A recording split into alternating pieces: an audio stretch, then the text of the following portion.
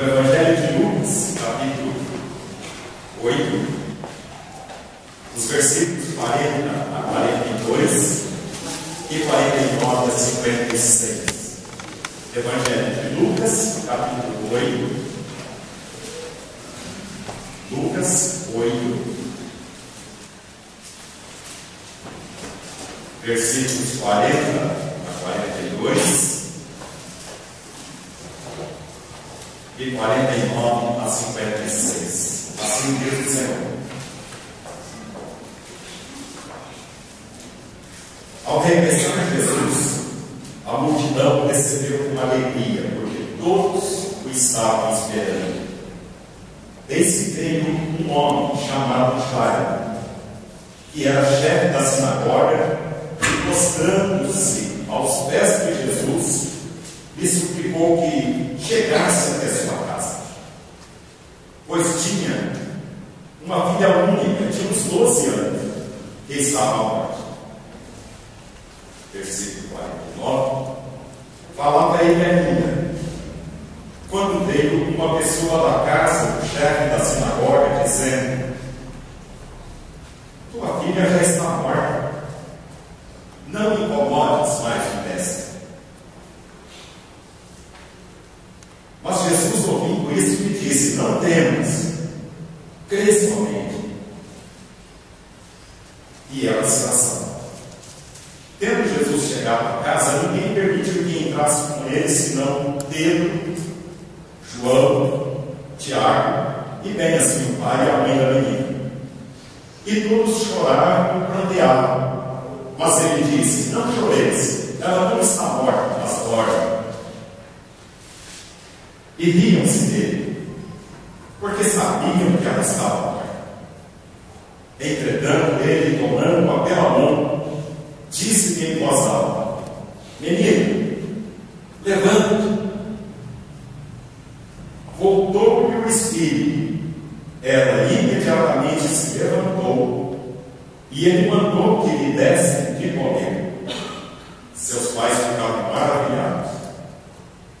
Mas ele lhes advertiu que a ninguém contasse o que havia acontecido. Oremos.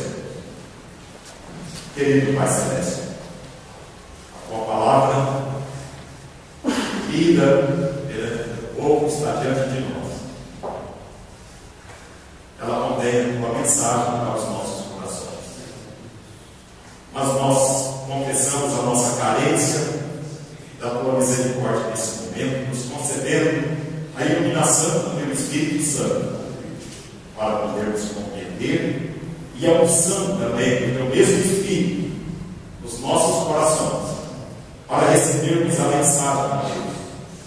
Doce para os nossos ouvidos, a sério e profundamente, com seriedade para os nossos corações e para a nossa vida.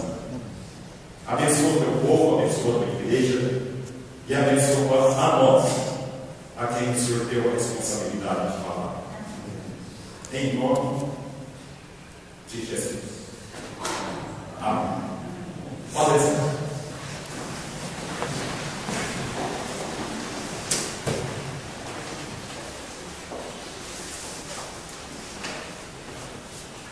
Meus irmãos, hoje de manhã nós iniciamos a lição da escola dominical fazendo uma pergunta aos alunos da classe do tempo: o que é capaz de fazer um pai para livrar o seu filho de ir para a cadeia? E nós respondemos para os irmãos que a resposta a essa pergunta ecoou durante mais de 100 anos pelas terras do povo de Judá, demonstrando o que é capaz de fazer um pai para livrar o seu filho de ir para a cadeia. A nossa pergunta agora não é muito diferente, mas talvez complemento da pergunta de hoje de manhã. O que é capaz de fazer um pai, não apenas por um filho, para livrar de ir para a cadeia, e a cadeia dos seus filhos naquela época era uma relação de 70 anos na Babilônia, de escravidão, e foi uma cadeia assim, uma sentença de 70 anos dada por Deus. Mas as sentenças piores, muito piores, para os filhos de Deus. O que é capaz de fazer um pai por um filho, por uma filha, aqui de 12 anos apenas, doente à beira da morte? O que é capaz de fazer um pai pelos seus filhos todos, que carecem, que passam problemas difíceis, insolúveis, tristezas e mágoas? E a resposta ecoa exatamente há 1981 anos. Nós estamos no ano de 2014. O Senhor Jesus tinha 33 anos quando passou pelo Calvário. 2014 menos 33, se a minha matemática não estiver muito ruim, são 1981 anos. A resposta a essa pergunta ecoa por aí, porque o nosso Deus não encolheu a sua mão, abençoador. Os ouvidos de Deus não ficaram surdos para que não possa ouvir. O nosso Deus, que excedeu o seu poder e a sua misericórdia naqueles dias, é outro Deus, a quem amamos, por quem estamos aqui reunidos.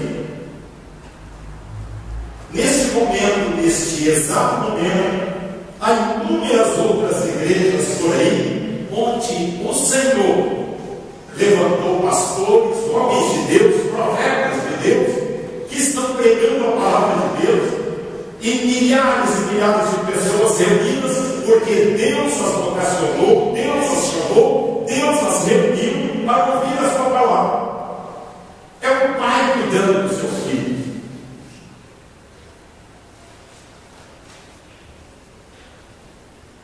E ele nunca vai deixar de fazer isso.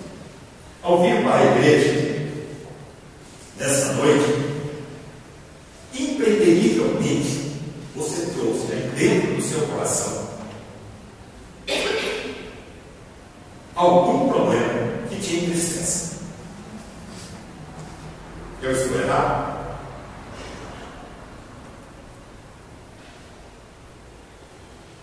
Não acredite, meus irmãos, que haja uma só pessoa nesse tempo, aqui agora, que não tenha trazido no coração algum problema, grande ou pequeno, mas que te entristece.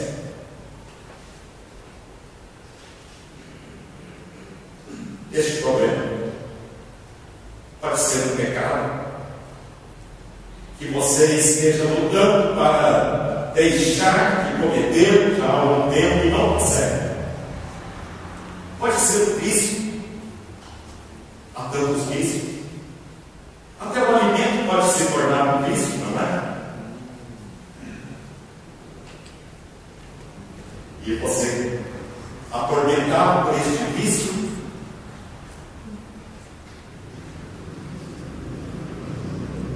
esteja talvez perdendo da sua alegria no Senhor. Pode ser um desapego, uma pessoa com quem você não esteja conseguindo aproximar-se, tem desejos, tem vontade de amar e não consegue. Como amar alguém de quem a gente mal consegue olhar para o outro, não é? Pode ser uma enfermidade, talvez não tão grave quanto a enfermidade da filha de Jairo, não não temos o seu nome, apenas é chamada de menina.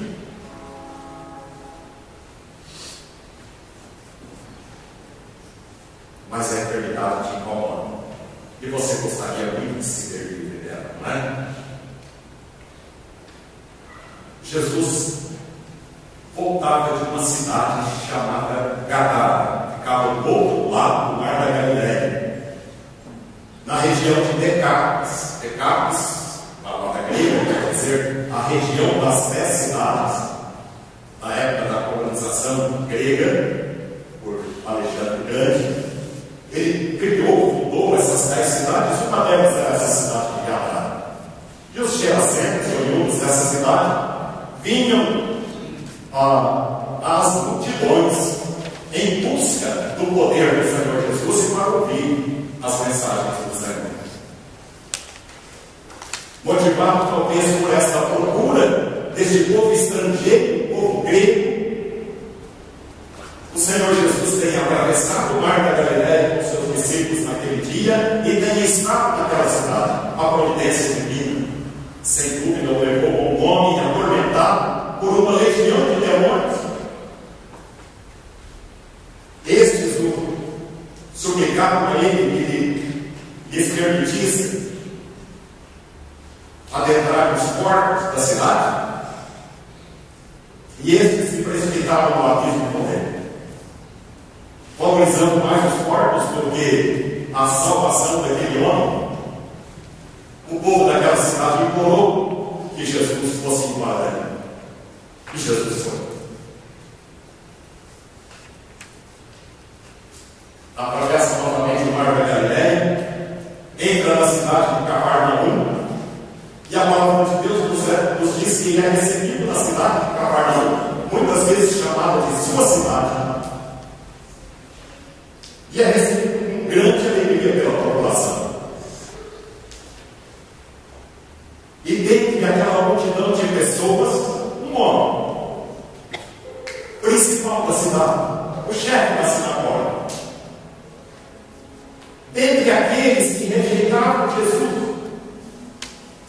esgueia-se por entre a multidão e vai até onde está Jesus. E antes de dizer a primeira palavra, se prostra diante dele. Prostrar-se é mais do que ajoelhar. É ajoelhar e estender as mãos no chão, colocar o rosto no chão, demonstrando com isso desvestir-se de todo o orgulho da sua posição de chefe, que poderia até ter o impedido de estar com Jesus. Orgulho, o desvestimento do orgulho, e numa demonstração de fé absoluta, que não era própria nestes governantes da cidade, porque Jesus era rejeitado, se prostra, e as suas palavras soam como uma oração clamorosa: Senhor, venha até minha casa.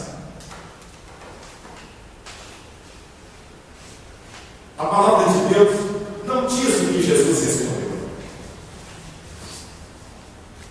Os outros evangelistas, Mateus e Marcos, também não falam das palavras de Jesus. Eu não sei se Jesus respondeu a ele alguma palavra, mas o coração de Jesus foi tocado. E a palavra de Deus diz apenas que Jesus ia com ele. Se dirigia à sua casa. No meio deste caminho, uma mulher vem e lhe toca as vestes. E Jesus para e pergunta: quem me tocou? E insiste: quem me tocou? Porque senti que de mim saiu o poder. E o apóstolo Pedro, sempre ele, diz: Senhor, todos te tocam, todos se esbarram em ti, todos estão ao seu redor. Como dizes quem me tocou? E a mulher, trêmula, comparece diante de Jesus e explica a sua situação. Há 12 anos, acometida de uma enfermidade. 12 anos. A mesma idade daquela menina filha de Jairo, né? A quem Jesus deveria atender primeiro? Uma menina que estava há 12 anos trazendo alegria para os seus pais e para a sua família, ou uma mulher acometida de uma enfermidade com a qual sofria há 12 anos? A quem Jesus deveria atender primeiro?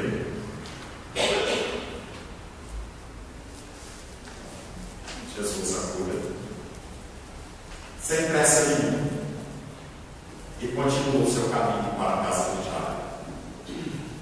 Mas no meio do caminho, os amigos deste homem vêm e dizem a ele: não me incomodes mais o mestre, não adianta mais. Se o seu problema era grande, agora ficou impossível. A sua filha já morreu. Não, meus irmãos, neste texto da palavra de Deus que nós lemos, que esse homem não responde nada para Jesus, não pede mais nada. A fé que esse homem trazia no coração não foi abalada pela notícia de que sua filha tinha morrido. Não foi. O seu problema era grande, agravou-se, a sua fé não se abalou. E Jesus continua, olha para ele e diz: não temas, crê somente, e vai para a sua casa. Toma a menina pela mão, e a história que nos conhece. Menina, levanta. Ela levanta e aí entrega os seus pais. Meus irmãos, qual é o tamanho do problema de Jairo? Não temos Jairo, pessoalmente. Nós temos neste texto da palavra de Deus algumas lições que eu gostaria de destacar para esse moço. A primeira delas: o teu problema, esse que está aí, fazendo tristeza no seu coração, e os meus também estão no meu coração, na minha vida.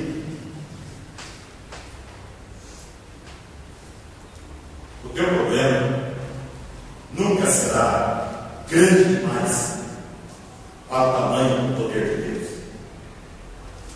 Nunca. Olha para a filha deste homem. Entram 7 pessoas no quarto: Jesus, Tiago, João, 3 dos apóstolos, o pai e a mãe da menina, e a menina. Uma menina estendida na cama, está morta. Não há mais vida, não há mais esperança. Os flautistas já estavam tocando do lado de fora as flautas, era costume naquela época, chorar muito e tocar em flautas nos funerais. O funeral da menina já tinha se iniciado. Que esperança poderia haver para o coração deste homem? Olhe para Jairo, olhe para essa menina. O seu problema nunca será grande demais para o tamanho do poder de Deus. Olhe para o Mar Vermelho. Hoje, o atual povo persa, o Golfo de Suez, canal de Suez, 32 quilômetros para atravessar, 20 milhas, e uma multidão de cerca de 2.000 pessoas para atravessar o mar. Qual o tamanho do problema de Moisés e daquele povo? O seu problema nunca será grande demais para o tamanho do poder de Deus.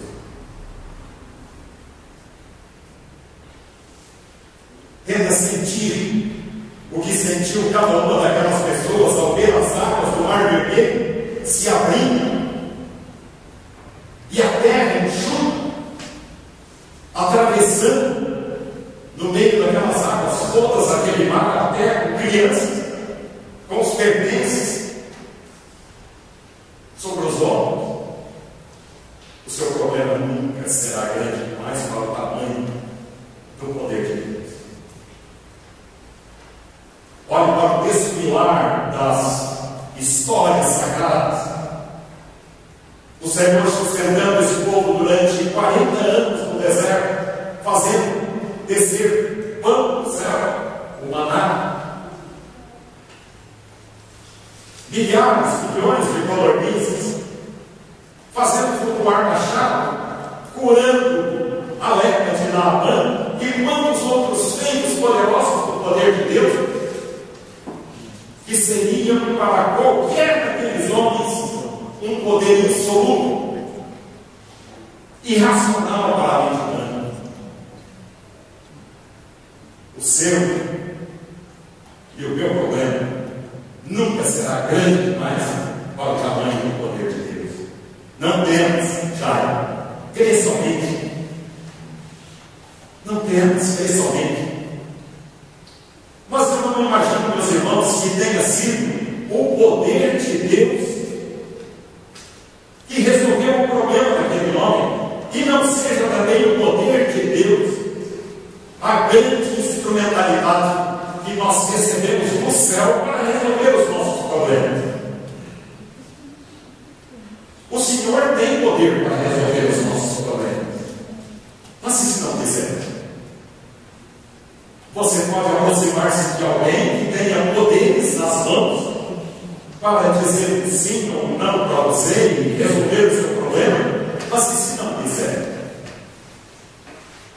Então nós chegamos a uma segunda lição desse texto da palavra de Deus. O seu problema nunca será grande demais para o tamanho da misericórdia do Senhor. É a misericórdia do Senhor. É a fusão do poder de Deus com a sua bondade, com a sua misericórdia, que nos alcança e que resolve por nós os nossos problemas. O poder, nós sabemos que o Senhor tem poder. Todos os homens sabem.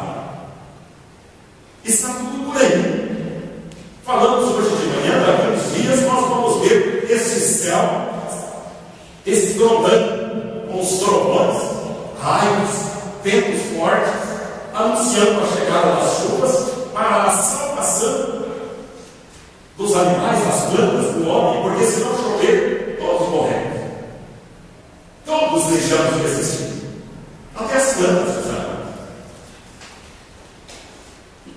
É a fusão do poder e da misericórdia de Deus.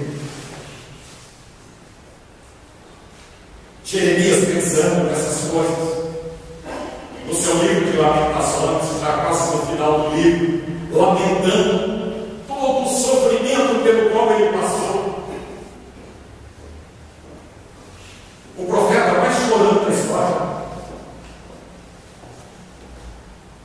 reclama amor. Leia o capítulo 20 do seu livro. Quanta reclamação! Chega a dizer ao Senhor: por que eu nasci? Por que me deixaste nascer, Senhor? Amaldiçoa até aqueles que foram dar aos seus pais a notícia: nasceu um menino. E ele, arrependido de tudo isso, disse: Senhor, as tuas misericórdias, não o poder de Deus, as tuas misericórdias, ó Senhor, são a causa, os irmãos conhecem, a causa de cada dia das nossas vidas na comunhão com o Senhor e na preservação da nossa fé. Porque senão, meus irmãos, nós todos aqui já teríamos perdido a fé. Confiança neste mundo está ao nosso redor, e nós todos já teríamos perdido a fé. Porque não são os canais de televisão, os meios de comunicação que alimentam a nossa fé. É a misericórdia do Senhor. Desde aquele dia em que o Senhor Deus nos chamou e nos vocacionou para a salvação em Cristo Jesus, Ele tem mantido sobre nós as suas misericórdias que se renovam a cada ano.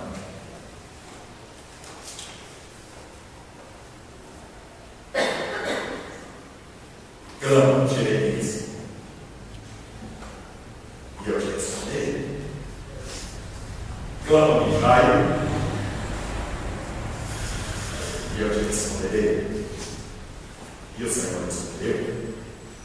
Clamo, Jeremias, diz o Senhor, e eu te responderei. Mostrar-te-ei coisas novas e belas, grandes, maravilhosas, que ainda não sabes. Que ainda não sabes. Reverendo Pércio Gomes de Deus, pastor, por cerca de mais de 40 anos, da Igreja Presbiteriana da Vila Mariana, que trabalhei por 2 vezes. Estávamos no nosso dia de folga, segunda-feira, dia de folga do pastor, andando pela orla da praia grande, onde ele tinha uma casa. E o céu estava nublado, sem possibilidade de tomar o sol na praia. Estávamos os dois conversando acerca das coisas da igreja em São Paulo, quando nos aproximamos de um pequeno aeroporto daquela cidade, naquela época ainda chão batido, um aeroporto rústico. Ele olhou para aquele lugar e parou por alguns instantes e pegou forte no braço e disse: "Eu, vamos atravessar essa cerca." Não entendia muito bem o que ele queria comigo, atravessamos e fomos até a pista do aeroporto.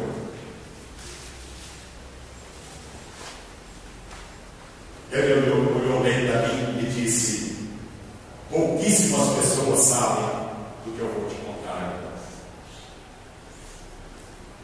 Meu filho, que você conhece também, o Garcia, regente do coral da igreja, já estudante na faculdade de medicina,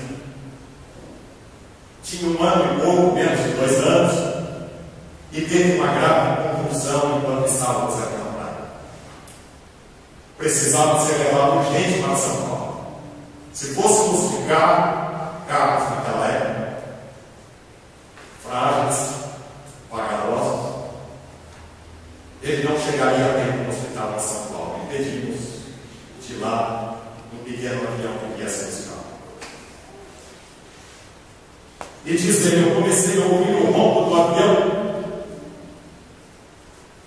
sobre o aeroporto, por cima das nuvens que cobriam o aeroporto. E não havia como o piloto descer, porque não havia espaço para que ele enxergasse aquele aeroporto sem condição, sem as luzes que nós temos hoje, as indicações, todos os recursos modernos que temos hoje. Era necessário que aquelas nuvens se dissipassem." E ele disse que andava de um lado para o outro, vendo a sua esposa, Dona Dorcas, chorar muito, vendo o filho convulsionado nos braços. E diz ele: "Eu fui para o meio da pista e disse: Senhor Deus, eu sou teu servo, e eu prego a tua palavra na igreja, dizendo que o Senhor tem poder e misericórdia.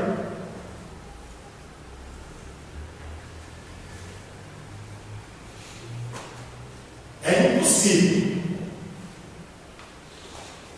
essas nuvens abrirem, mas se o Senhor não fizer isso, eu deixo de ser pastor." E diz ele que gritou muito alto: Deus, abre esta, tira essas nuvens daqui de cima. Tremendo. Depois de quantos anos? Tremendo, as mãos tremendo, chorando, segurando o meu braço, fincando as unhas do meu braço. Ele disse: o céu se abriu, o avião desceu e as nuvens fecharam.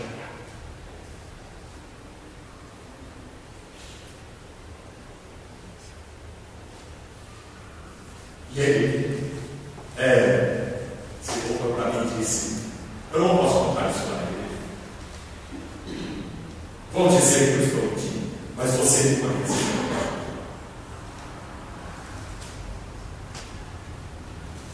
Nós nos abraçamos, ele chorou muito e oramos.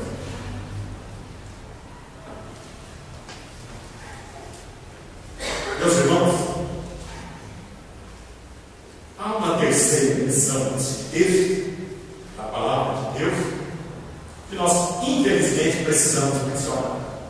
A primeira delas: o teu problema, esse que está aí no seu coração, nunca será grande demais para o tamanho do poder de Deus. Menor ainda será para o tamanho da misericórdia de Deus. Nunca será grande demais para o tamanho da misericórdia do Senhor, que se renova cada vez. Você não pode sair deste santuário hoje à noite levando de volta para casa esse problema. O altar de Deus está aqui para que você leve. E o Senhor não quer que você leve de volta para casa o seu problema. Isso é bem bom. Mas há uma terceira lição: o teu problema será grande demais e insolúvel até para o Senhor, impossível de ser solucionado até para o Senhor nosso Deus. Se a tua fé for pequena e se o teu orgulho for grande,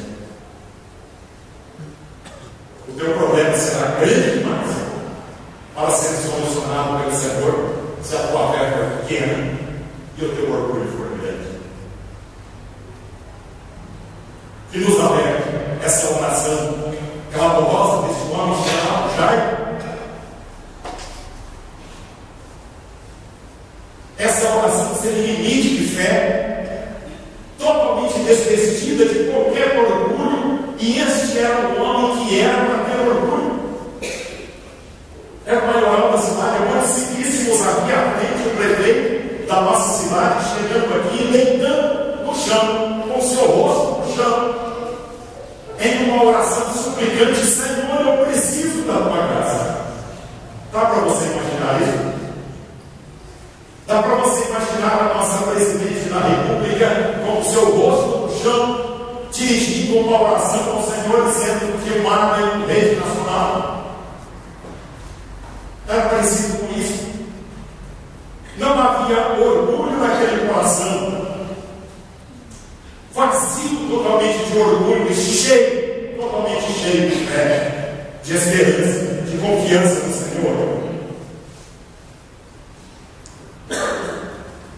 Que nos alegra a fé e a humildade daquele centurião romano, nesta mesma cidade, talvez nesta mesma rua, poucos dias antes, no capítulo anterior de Caim, capítulo 7 de Lucas. Se você voltar à página, volte a página da sua vida.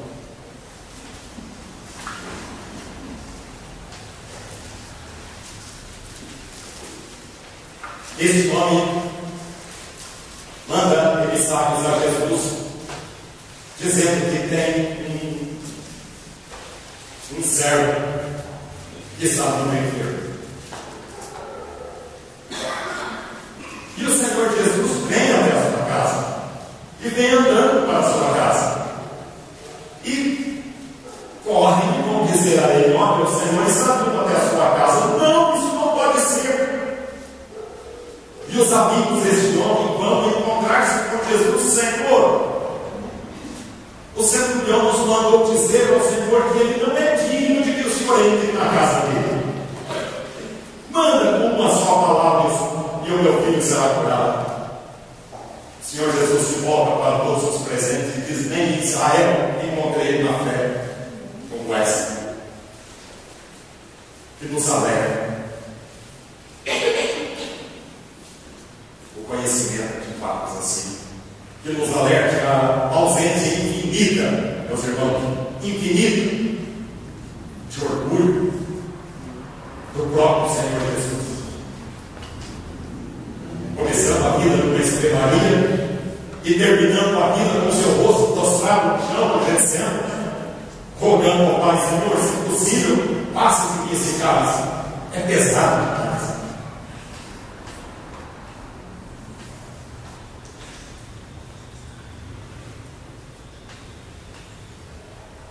Que nos alerta, meus irmãos, o nosso próprio orgulho e a nossa própria falta de fé. Porque se não desfrutamos de bênçãos maiores na nossa vida,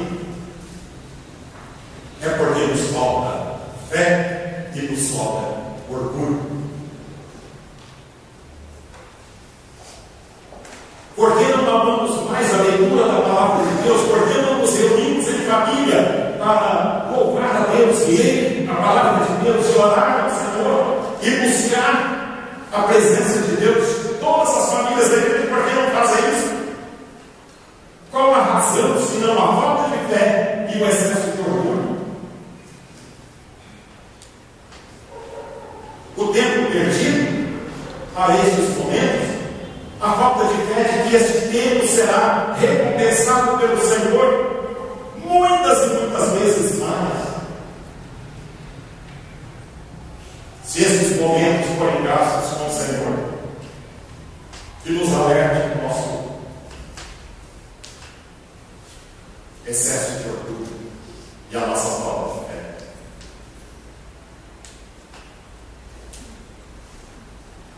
Eu quero convidar os irmãos a que nos transportemos em espírito para essa rua de Cafarnaum.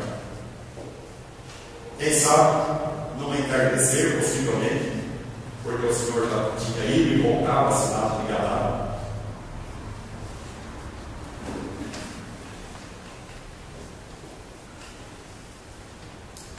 E em espírito, olha o que fez este homem. No meio da rua, se lançando aos pés de Jesus: Senhor, eu preciso do Senhor. Eu tenho um problema. Eu preciso do Senhor. Vamos abrir a minha casa. E convidou o Senhor Jesus para ir à sua casa. Se os irmãos notarem bem nas Escrituras Sagradas, não há um convite só que tenha sido feito ao Senhor Jesus para entrar numa casa que ele não tem entrado. Fica comigo, conosco, Senhor, porque a tarde o dia já devia e o Senhor entrou para ficar comigo. Zaqueu desce depressa e convém ficar em sua casa. Olhe para Cafarnaum, olhe para essa cidade. Eu convido os irmãos a ouvirmos bem a oração deste homem, chamado Jairo. Uma oração suplicante: Senhor, eu tenho um problema e eu preciso da tua graça. Senhor, cura a minha filha enferma que está à morte. Senhor, pode não ser esta a nossa oração, mas a nossa oração pode ser muito parecida com a de Jairo. Senhor, cura o meu casamento, está doente, está quase morrendo. Cura, Senhor, o meu relacionamento no emprego, no trabalho, está difícil. Estou quase pedindo as contas no meu trabalho, não suporto mais. Cura, Senhor, a minha alma. Aumenta, Senhor, a minha fé. A nossa oração pode ser bem parecida com a de Jairo nesse momento. Não importa que oração tenhamos que fazer neste momento, mas importa, meus irmãos, que no altar de Deus, nessa noite, nós deixemos aquele problema que nos aflige, porque o Senhor é misericordioso e Ele quer abençoar as nossas vidas.